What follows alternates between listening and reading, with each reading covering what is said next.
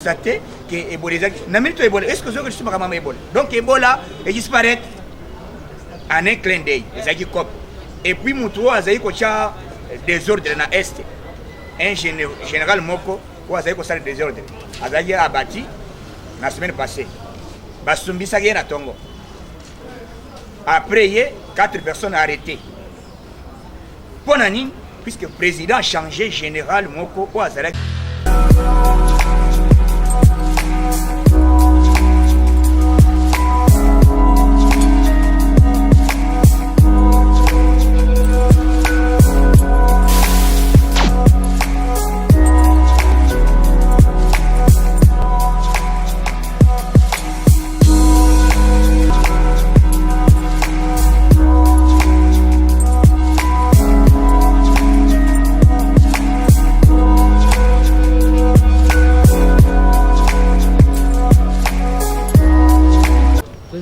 Bonjour. Bonjour mon frère. Président de la République a sali message pour allonger de 15 millions de cop. Mboka pona ko dirigeant comme des membres cop. Pour ba imboka ni. Na yo kite yo il faut yo kamo bien. Allobi monto. D'abord inspecteur wana alingaki asala neti cop na ye. O basala basali kombo ya caméra. C'est pourquoi président lobby kombo makambo ya mbongo ce n'est pas la caméra. D'ailleurs inspecteur de la République a dépendant de la présidence, a dépendant de la président de la République, personne physique. Donc, les réalités que basé la construction par la présidence. Mais comment il y a ce secret sans que le président ait un ordre. Donc, mon Saraki, on a coupé ça, il y a un président plus précision. Si le président plus précision, moi, il y a un débat, les réalités. Même il y a un niveau qui est Madidi. Pour que nous fassons des bêtises, donc vous comprenez que aucun président à Bruxelles et sali événement que à Bruxelles hier le président à Tongo a commis à New York. Comme à New York, na minute yo président le sommet au fungama. Président a parole jeudi na 13h et na biso à Kinshasa. Bokoyoka liboke na désordre, bokoyoka son, o na botika la boyoka te. Bamusi bazobongisa ba caméra bamusi bazobongisa nini bokoyoka mama na masole kozala en direct ya RTNC bande musi bazakuna ba Christian bande sakwena bazali en direct de New York moto asengi afunguli sommet ezali secrétaire ya ONU Antonio Guterres bazo sepela na président na ndenge moko na nomona te kokita président na New York tapis rouge yo kene pe na New York banyatele batandela pe tapis rouge. Ce qui est États-Unis, ça a un bon papa na yo. Boko yo kaso. Président des fins de Bibi Sonyo son moto préparer futur na passé. Tout le monde ko bossa na passé. Boni président de la République a lobby et yazana te ko na kotala ba passé à bato. Tandis que tu es vu comme ba sanction de Kokabila azaka ba sanction pour te a dirigeant mboka o mabe. Ezali makambo eteli mambo élection te. Pasala makambo ebele to moni ba rochiti nganga bakufa bato ebele bakufa yo yebi ko bosana te. Bon na linga na signaler na yebite yo lingi lokolo biso to lobi to continue à pouvoir puisque pour le moment président ko kende te ko kanga on va commencer à constater les cas dans un cadre il y a réconciliation nationale dans un moment il y a chasse à l'homme te mais na moment où ils sont qui montent ba continuer na dossier qui était au bomba yi monte mais eza makamba réconciliation ba ko kanga yo.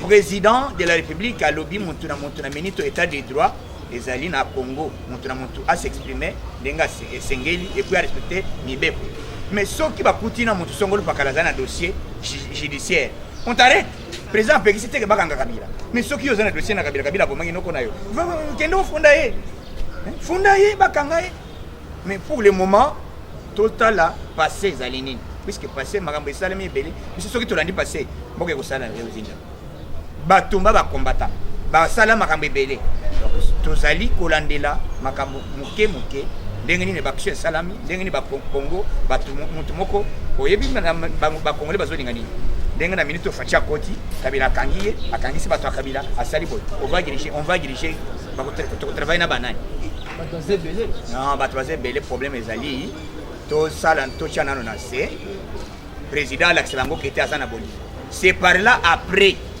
yo yebi politique ezalaka te kaka boye te to bolingo na mutu asala mabe te eza problème yo zela omona makambo ndenge koleka yo yebaki déjà ke bakokanga koko nani Roger nani oyo docteur Ilunga même Roger Singh oyeba Roger Singh akokota boloko oyebaki déjà ke te nani Guy Matonda akokota boloko oyebaki déjà inspecteur oyo nani mutu ya DGLK akokota boloko baza ebele. Donc on va commencer à arrêter. C'est la toute première fois où on va sanctionner aux fonctionnaires il y a l'État à l'époque à Kabila Kabang. Et pas Kabila Kabang ezalaki Zoa Libela. Mais avec Fachi impunité ezali donc makambo o ezali pas Fachi azo yebate ki yo zali songolo pakala. Ce qui va coûter un dossier arrestation à l'immédiat. Ndenge bakangi docteur akomi ko kimela na Bakongo. Hein? Armo ke do zo ke do na boîte. Vous comprenez? Pe en kilote. Papa yo lobby e bolesili. Ah ozo ke do mbala moko kasonga libiti zoaye na minute oyo Guy Matonda nani Olilunga alingaki akima akende kokosa kete ngai dossier Ebola ezalaki COP ya ba mafieux nationaux et internationaux. Donc va constater que Ebola na minute Ebola est-ce que je suis pas maman Ebola donc Ebola est disparaît en un clin d'œil ezalaki COP et puis mutu azali kocha désordre na est. Un général Moko, où a eu des désordre, a été abattu la semaine passée. Basumbi Sagé na Tongo. Après, il y a 4 personnes arrêtées. Pour Nani, puisque le président a changé général Moko, où a Zalaki, na 4 complicité, il y a FDLR. Maintenant, vous avez déjà une minute na Est. Vous avez na Top Congo. Vous avez dit que en tout cas, ngai nazwi occasion ya kozwa passeport sa cause de Félix Tshisekedi Tshilombo. Donc ngai na kuiko boya Fachi te oya boya Fachi sala mokili na nazali wana pona ko soutenir action pe ba Ebola si la guerre si la na mboka na ngai. C'est pour cela nazali wana batuniye okomi mamla ka lebite makamba kashi nani ngai na za Congolais. Vous comprenez busa wangane ka Fayula puisque Fayula kenda yema makala akomi mutamakala akenda makala oh boya bon, papa, Mbongo, yo lobby aux chefs aux présidents. Et réclamer vérité des îles. À le bureau, on aime la vérité des îles, oui. Oyebi, makambo fayu la zo sala. Na ubana kotanga kombo na ete puisque kotanga eza lokona zo matisa ye. Tata wana. Na ubana kotanga kombo na ete. Na oyebi se ba combattant nyonso bazoleka bakola tanga su kombo na ete. Basala émission kotanga kombo na ye ezali lokola komatisa ye nayekaki moko ya oyo elandaki mama moko na Belgique moketu na kotanga te si na biso na bandi politique mosusu na biso na kotanga ka bakombo na bango te ngai nazali na koyi kota soki nazotanga bakombo ezali lokola nazomatisa bango oui donc nayeki déjà bafundi ye po bakanga ye na famille ya mama wana oyo baagresaki ngai nazebisa bino bo mboka oyo balakaka à l'époque que classe ekozala ofélese constitutionnellement ekokisami na ngonga Kabila te ekokisami na ngonga Mobutu te banani tout esalama te mais ezosimba te mama gratuité ya neti nini na beni kuna bato ebele bazali kokoko ezosimba te mais comme c'est pour mamita mais koloba guerre loba classe te classe soki oyo hésité mais oyoka kasi guerre wana nde ezosala ete bana batanga bien te makambo wana ezali kosila na yebi soki guerre na est ezali lokola ndenge ezalaka liboso te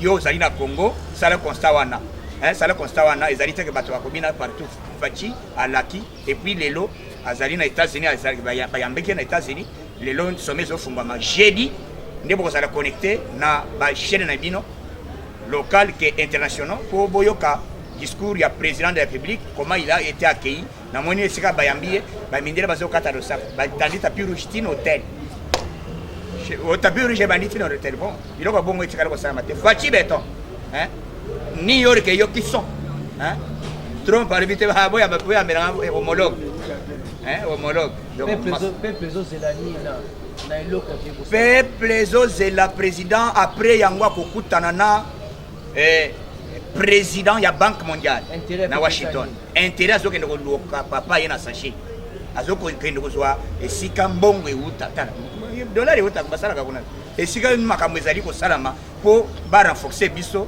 ezali coopération gagnant-gagnant ya nyongo ata nyongo ba we basala ba nyongo na yoki mozito akomi koleka na média azosala akomi kosala publicité o ezosenga mboka na biso ezali chité tala boye bamboka tozoperdre boye yo ozalaka premier ministre. Qu'est-ce que tu as fait?